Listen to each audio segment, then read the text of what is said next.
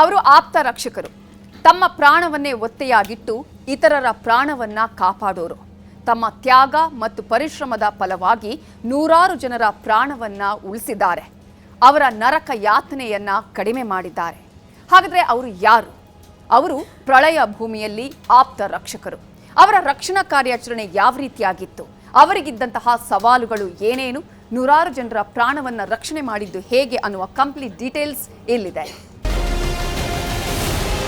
Cyclone ಬಂತು, cyclone ಹೋಯ್ತು, ಆದ್ರೆ ಜನಜೀವನ ಮಾತ್ರ ಅಲ್ಲೋಲ ಕಲ್ಲೋಲವಾಗೋಯ್ತು. ಏನೇ ನಡಿಬಾರ್ದು ಅದೇ ನಡೆದೋಯ್ತು. ನೂರಾರು ಮಂದಿ ಪ್ರಾಣ ಕಳೆದುಕೊಂಡ್ರು, ನೂರಾರು ಮಂದಿ ನಾಪತ್ತೆಯಾದ್ರು, ಸಾವಿರಾರು ಮಂದಿ ವಿಲವಿಲ ಒದ್ದಾಡಿದ್ರು, ಲಕ್ಷಾಂತರ ಮಂದಿ ಆಸ್ತಿ ಪಾಸ್ತಿ ಕಳ್ಕೊಂಡ್ರು, ಕೋಟ್ಯಾಂತರ ಮೌಲ್ಯದ ಆಸ್ತಿ ಪಾಸ್ತಿಗೆ ಹಾನಿಯಾಯಿತು. ಆಗಬಾರದ ಅನಾಹುತ ಸೃಷ್ಟಿಯಾಯಿತು.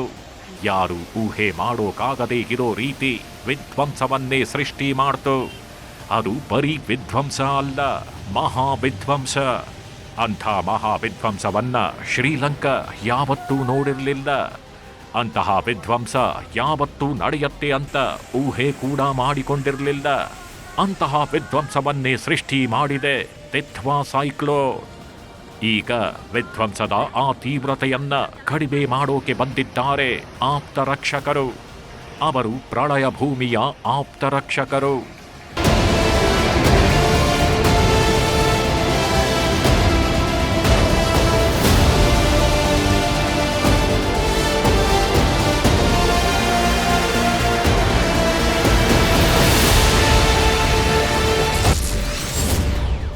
ಶ್ರೀಲಂಕಾದಲ್ಲಿ ಆಪ್ತ ರಕ್ಷಕರ ಸಾಹಸಗಾಥೆ ರಣರೋಚಕ.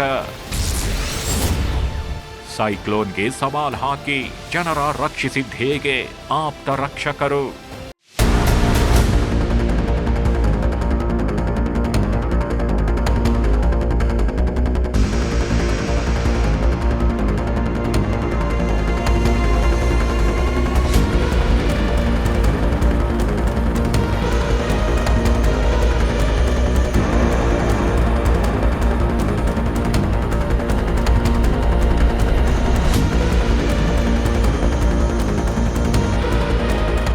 ಎಸ್, ತಿತ್ವಾ ಸೈಕ್ಲೋನ್ ಶ್ರೀಲಂಕಾದಲ್ಲಿ ಅವಾಂತರವನ್ನೇ ಸೃಷ್ಟಿ ಮಾಡಿದೆ.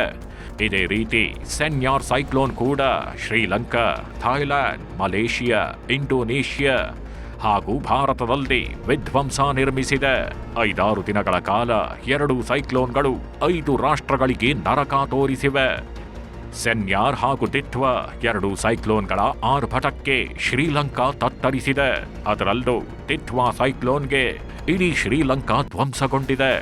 ಶ್ರೀಲಂಕಾದ ಪೂರ್ವ ಕರಾವಳಿಯ ಬಹುಭಾಗ ಈ ತಿತ್ವಾ ಸೈಕ್ಲೋನ್ಗೆ ಮುಳುಗಿ ಹೋಗಿತ್ತು. ಆಗಬಾರದ ಅನಾಹುತವೇ ನಡೆದು ಹೋಗಿತ್ತು. ಇನ್ನಷ್ಟು ಅನಾಹುತಗಳು ನಡೀಬೇಕಿದ್ವು. ಆದರೆ ಆ ಅನಾಹುತವನ್ನ ತಪ್ಪಿಸಿದ್ದಾರೆ ರಕ್ಷಣಾ ತಂಡಗಳು. ಈ ದೃಶ್ಯಗಳನ್ನ ಒಮ್ಮೆ ನೋಡಿ. ಈ ದೃಶ್ಯಗಳನ್ನ ನೋಡಿದ್ರೆ ಯಾರಿಗೆ ಆಗಲಿ ಒಂದು ಬಾರಿ ಮೈ ಜುಮ್ಮೆನ್ನತ್ತೆ. ರಕ್ಷಣಾ ಕಾರ್ಯಾಚರಣೆಗೆ ಇಳಿದಿರೋ ಹೆಲಿಕಾಪ್ಟರ್ಗಳು ಮತ್ತು ಆ ಹೆಲಿಕಾಪ್ಟರ್ಗಳಲ್ಲಿದ್ದ ರಕ್ಷಣಾ ಸಿಬ್ಬಂದಿಯ ಸಾಹಸ ಎಂಥವರನ್ನು ಮೈ ನವಿರೇಳಿಸತ್ತೆ. ಹೌದು, ತಿತ್ವಾ ಸೈಕ್ಲೋನ್ನಿಂದ ಶ್ರೀಲಂಕಾದ ಹಲವೆಡೆ ಪ್ರವಾಹ ಪರಿಸ್ಥಿತಿ ನಿರ್ಮಾಣವಾಗಿದೆ. ಆ ಪ್ರವಾಹದಲ್ಲಿ ಒಂದಷ್ಟು ಮಂದಿ ಕೊಚ್ಚಿ ಹೋದ್ರೆ ಇನ್ನೊಂದಷ್ಟು ಮಂದಿ ಪ್ರವಾಹದ ಮಧ್ಯೆ ಸಿಕ್ಕಾಕೊಂಡಿದ್ದಾರೆ. ರಸ್ತೆಗಳು ಬಂದಾಗಿದ್ದು ಮನೆಗಳ ತುಂಬಾ ನೀರು ತುಂಬಿಕೊಂಡಿದೆ. ಮನೆಗಳಿಂದ ಈಚೆ ಬರೋದಕ್ಕೆ ಕೂಡ ಜನರು ಒದ್ದಾಡ್ತಾಗಿದ್ದಾರೆ. ಇಂಥ ಟೈಮ್ನಲ್ಲಿ ಸೇನಾ ಹೆಲಿಕಾಪ್ಟರ್ಗಳು ಅಖಾಡಕ್ಕೆ ಇಳಿದಿವೆ. ಜನ ಸಿಕ್ಕಾಕೊಂಡಿರೋ ಜಾಗದಲ್ಲಿ ಹಗ್ಗಗಳನ್ನ ಇಳಿಬಿಟ್ಟು ರಕ್ಷಿಸೋ ಕೆಲಸ ಮಾಡಿದ್ದಾರೆ. ಮಕ್ಕಳು, ವೃದ್ಧರು, ಮಹಿಳೆಯರು ಸೇರಿದ ಹಾಗೆ ಎಲ್ಲರನ್ನೂ ರಕ್ಷಿಸೋ ಕೆಲಸ ಮಾಡಲಾಗಿದೆ. ಇಲ್ಲೊಮ್ಮೆ ನೋಡಿ, ಮನೆಗಳಲ್ಲಿ ಇದ್ದವರು ಮಾತ್ರವಲ್ಲ, ಪ್ರವಾಹದಲ್ಲಿ ಕೊಚ್ಚಿ ಹೋಗ್ತಾಗಿದ್ದ ವ್ಯಕ್ತಿಗಳನ್ನು ಕೂಡ ರಕ್ಷಣೆ ಮಾಡಿದ್ದಾರೆ ರಕ್ಷಣಾ ತಂಡದ ಸದಸ್ಯರು. ಇಬ್ಬರನ್ನು ರಕ್ಷಣೆ ಮಾಡಲಾಗಿದ್ದು, ರಕ್ಷಣಾ ಕಾರ್ಯಾಚರಣೆ ಸ್ವಲ್ಪ ತಡವಾಗಿದ್ರೂ ಸಹ ಇಬ್ಬರು ವ್ಯಕ್ತಿಗಳು ನೀರಲ್ಲಿ ನರಕ ಅನುಭವಿಸಬೇಕಿತ್ತು. ಯಾಮಾರಿದ್ದಿದ್ರೆ ಪ್ರಾಣವನ್ನೇ ಕಳ್ಕೋಬೇಕಾದ ಪರಿಸ್ಥಿತಿ ನಿರ್ಮಾಣವಾಗ್ತಾಗಿತ್ತು. ಪ್ರವಾಹದಲ್ಲಿ ಸಿಕ್ಕಾಕೊಂಡಿದ್ದ ವ್ಯಕ್ತಿಗಳ ಕರೆತರು ರಕ್ಷಣಾ ತಂಡದ ಸದಸ್ಯರು ಅವರೆಲ್ಲರನ್ನೂ ನಿರಾಶ್ರಿತರ ಕೇಂದ್ರಗಳಿಗೆ ತಂದುಬಿಟ್ಟಿದ್ದಾರೆ. ಪ್ರವಾಹದ ನೀರಿನ ಮಟ್ಟ ಇಳಿಕೆ ಆಗೋವರೆಗೆ ಹಾಗೂ ಅವರಿಗೆ ಪರಿಹಾರ ಸಿಗೋವರೆಗೆ ಅವರೆಲ್ಲರೂ ಅದೇ ನಿರಾಶ್ರಿತರ ಕೇಂದ್ರಗಳಲ್ಲಿ ಇರಲಿದ್ದಾರೆ. ರಕ್ಷಣಾ ಕಾರ್ಯ ಅಂದ್ರೆ ಹೆಲಿಕಾಪ್ಟರ್ ಮಾತ್ರ ಆಗಿರೋದಿಲ್ಲ.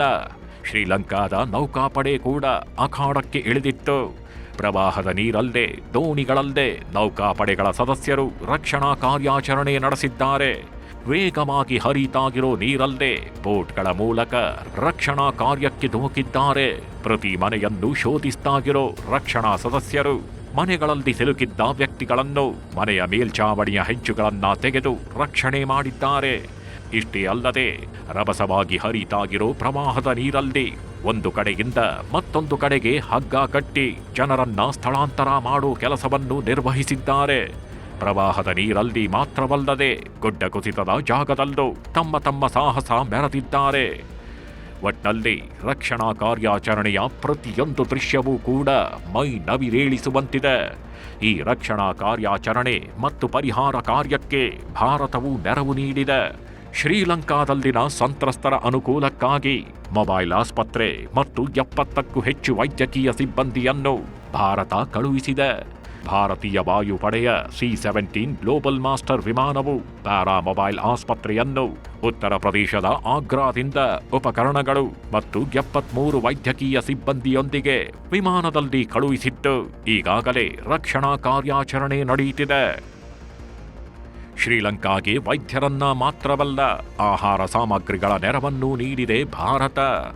IAF Mi-17 ಹೆಲಿಕಾಪ್ಟರ್ಗಳು ನಿರಂತರವಾಗಿ ಕಾರ್ಯನಿರ್ವಹಿಸುತ್ತಿದ್ದು 8 ಟನ್ಗಳಿಗೂ ಹೆಚ್ಚು ಪರಿಹಾರ ಸಾಮಗ್ರಿಯನ್ನು ವಿಮಾನದ ಮೂಲಕ ಸಾಗಿಸಲಾಗುತ್ತಿದೆ. ವಿದೇಶಿ ಪ್ರಜೆಗಳು, ತೀವ್ರ ಅಸ್ವಸ್ಥ ರೋಗಿಗಳು ಮತ್ತು ಗರ್ಭಿಣಿಯರು ಸೇರಿದಂತೆ ಬದುಕುಳಿದವರನ್ನು ಸ್ಥಳಾಂತರಿಸೋ ಕೆಲಸವನ್ನು NDRF ಮಾಡ್ತಾಗಿದೆ. ಸಾವಿನ ಪ್ರಮಾಣವನ್ನು ಕಡಿಮೆ ಮಾಡೋದಕ್ಕೆ ಮತ್ತು ದುರಂತದಿಂದ ಚೇತರಿಸಿಕೊಳ್ಳೋದಕ್ಕೆ ಎಲ್ಲ ರಕ್ಷಣಾ ತಂಡಗಳು ಒಟ್ಟಾಗಿ ಕೆಲಸ ಮಾಡ್ತಿವೆ. ಸದ್ಯಕ್ಕೆ ಅಲ್ಲಿನ ದುರಂತ ಹೇಗಿದೆ ಗೊತ್ತಾ? ಇಲ್ಲಿದೆ ನೋಡಿ. ಸೈಕ್ಲೋನ್ನಿಂದಾಗಿ ಅಧಿಕೃತವಾಗಿ 465 ಮಂದಿ ಸಾವನ್ನಪ್ಪಿದ್ದಾರೆ. 366 ಮಂದಿ ನಾಪತ್ತೆಯಾಗಿದ್ದಾರೆ. ಸಾವಿನ ಸಂಖ್ಯೆ ಇನ್ನೂ ಹೆಚ್ಚುವ ಸಾಧ್ಯತೆ ಇದೆ. ಸೈಕ್ಲೋನ್ನಿಂದ 623 ಕೋಟಿ ರೂಪಾಯಿ ಸ್ವತ್ತುಗಳು ಹಾನಿಯಾಗಿವೆ. 25 ಜಿಲ್ಲೆಗಳಲ್ಲಿ ಸೈಕ್ಲೋನ್ನಿಂದ ಭಾರೀ ನಷ್ಟವಾಗಿದೆ. 1.4 ಮಿಲಿಯನ್ ಜನರ ಮೇಲೆ ಸೈಕ್ಲೋನ್ ಪರಿಣಾಮ ಬೀರಿದೆ. 2,33,000 ಮಂದಿಗೆ 1,441 ಕೇಂದ್ರದಲ್ಲಿ ಆಶ್ರಯ ನೀಡಲಾಗಿದೆ. ಒಟ್ಟಿನಲ್ಲಿ ಶ್ರೀಲಂಕಾ ಸೈಕ್ಲೋನ್ನಿಂದಾಗಿ ತತ್ತರಿಸಿದೆ. ದಿತ್ವಾ ಎಫೆಕ್ಟ್ ಇನ್ನೂ ಒಂದಷ್ಟು ದಿನಗಳ ಕಾಲ ಇರಲಿದ್ದು, ಪ್ರವಾಹದ ನೀರು ಕಡಿಮೆ ಆಗೋವರೆಗೆ ಸಮಸ್ಯೆ ಮತ್ತು ಸವಾಲುಗಳು ಇರಲಿವೆ. ಈಗ ಆ ಸವಾಲುಗಳನ್ನು ಎದುರಿಸೋಕೆ ಆಪ್ತ ರಕ್ಷಕರು ಅಖಾಡಕ್ಕೆ ಇಳಿದಿದ್ದು ಕೆಲವೇ ದಿನಗಳಲ್ಲಿ ಶ್ರೀಲಂಕಾ ಚೇತರಿಸಿಕೊಳ್ಳೋ ಆಶಯವಿದೆ.